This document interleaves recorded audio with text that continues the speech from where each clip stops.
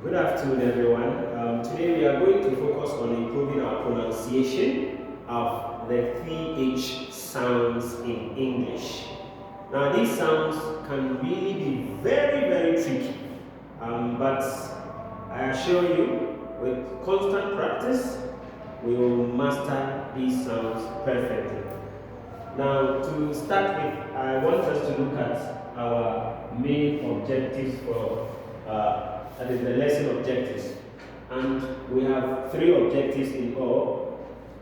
Firstly, by the end of this lesson, learners will be able to distinguish between the voiced and the voiceless TH sounds in English language. And secondly, be able to correctly produce the TH sounds in isolation and in words.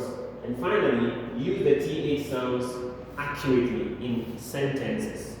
Good. Now, by way of warm-up, in fact, let us do a brief warm-up. I'm going to show you, there are some words, as you can see right here on the slide, some two words that I have put together here. In fact, I would like you to try pronouncing these words. Yes, let us all try to pronounce these words. So I'm going to start with, in fact, each and every one of you, I want you to make the attempts. So let me start with Priscilla. Yes, Priscilla, try.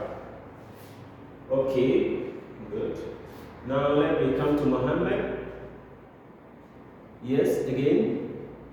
Good. All right. Let me listen to Anne. Yes, Anne, come again. Again. Okay, what about this? Good. All right, good. All of you have done very well. You've gone through the pronunciation. Now, let me ask, could you kindly share with me some of the difficulties you think you were encountering when it comes to the pronunciation of the words? Yes, let me hear. Okay, I realize that, you see, most of you were trying to mix the two up.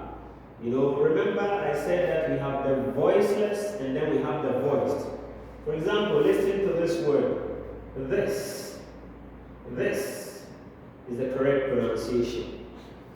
And here, think. Think. And notice what happens in between this and then the think. You see that the way I pronounce it sounds differently. So that actually distinguishes between the voice and then the voiceless. So basically, these sounds are very important in English, and mastering them will actually help to improve our overall pronunciation and comprehensibility. So we are now going to dive into greater detail as far as this one is concerned. All right. So now, quickly, let's look at the differences between the two. Remember, I mentioned that with the TH we have the voiced and the voiceless. Now, what do we mean the voiced? Well, the voiced TH sound is made by placing the tongue between the tip and exhaling. Exhaling while voicing the sound. So this results in a soft, breathy TH, as in the word the. You see that I'm exhaling, and it was very gentle. So the tongue between the tip and please notice my tongue and then the tip, as I mentioned the word the. See? So that is the voiced TH that we're talking about. Good? Alright. Let's look at the other instance of voiceless, the voiceless TH. Now, with regards to the voiceless TH sound, it is made by placing the tongue between the tip and exhaling. This time we exhale without any voicing, right? This produces a hissing, fricative sound, as in the word think. Think. Please notice my tongue and then the teeth. And then, you see, this time around, I exhaled, but there was no voicing. So as I said, think. Think.